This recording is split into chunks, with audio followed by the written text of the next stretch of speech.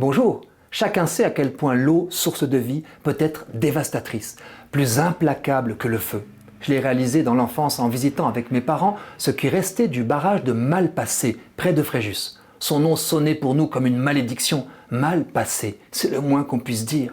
Je n'étais pas né le 2 décembre 1959 quand d'intenses précipitations ont fait monter le lac de ce barrage, provoquant sa rupture brutale. La construction n'avait que 5 ans. Ce fut l'une de nos plus meurtrières catastrophes civiles. 50 millions de mètres cubes d'eau, charriant d'immenses blocs de pierre et de béton, ont tout détruit jusqu'à la mer. Le pont de l'autoroute en construction, des voies ferrées, 50 fermes et 155 immeubles. 400 personnes furent tuées. Comme toujours dans ce genre de catastrophe, un enchaînement de causes l'explique. À des conditions météorologiques exceptionnelles, mais pas étonnantes pour la région, s'ajoute un mélange d'ignorance et d'incompétence chez les concepteurs et gestionnaires de l'ouvrage. Depuis cette date, la géologie a fait des progrès, de même que la gestion des risques liés à l'eau. Et pourtant, année après année, d'autres drames relèvent du même type de concours de circonstances, où l'homme a sa part ainsi que la malchance. Tantôt c'est la mer qui remonte, on pense à la tempête Xynthia fin février 2010 qui fit plus de 50 morts. Tantôt ce sont les cours d'eau qui débordent et dévastent. La liste est longue ces derniers mois. Depuis mi-octobre, explique Météo France, notre pays a été balayé par une succession de passages pluvieux quasiment continus, entraînant inondations et coulées de boue. Aucune région n'est épargnée.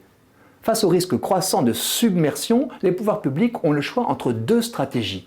La première est d'entrer dans un bras de fer avec l'eau, multiplier les ouvrages de défense, rehausser les digues. Au fond, il s'agit d'arraisonner la nature. C'est ce qui a incontestablement permis à certains pays de conquérir sur l'eau une part importante de leur territoire. Toutefois, de plus en plus, une philosophie différente émerge, c'est le cas de le dire. Elle tente de s'allier à la nature pour apprivoiser les débordements de l'eau sans la contenir. Le principe est ancien. Encore récemment, en aval de Lyon a été mis en œuvre un décret de Napoléon III. La plaine du Bouchage a été volontairement inondée. C'est une obligation légale depuis 1858. Après une crue majeure du Rhône, l'empereur avait instauré cette zone d'expansion pour permettre au trop-plein du fleuve de s'étaler dans la plaine, bien moins habitée que la ville. Au lieu de promouvoir toujours plus de béton, les partisans de solutions fondées sur la nature essaient de réhabiliter son rôle d'éponge, de réservoir, d'amortisseur de crues. Ces solutions fondées sur la nature sont des actions qui s'appuient sur les écosystèmes pour relever les défis que posent les changements globaux à nos sociétés. Grâce à la résilience de ces écosystèmes, ces solutions gagnant-gagnant préservent la biodiversité. Certains les prônent pour protéger le Pas-de-Calais.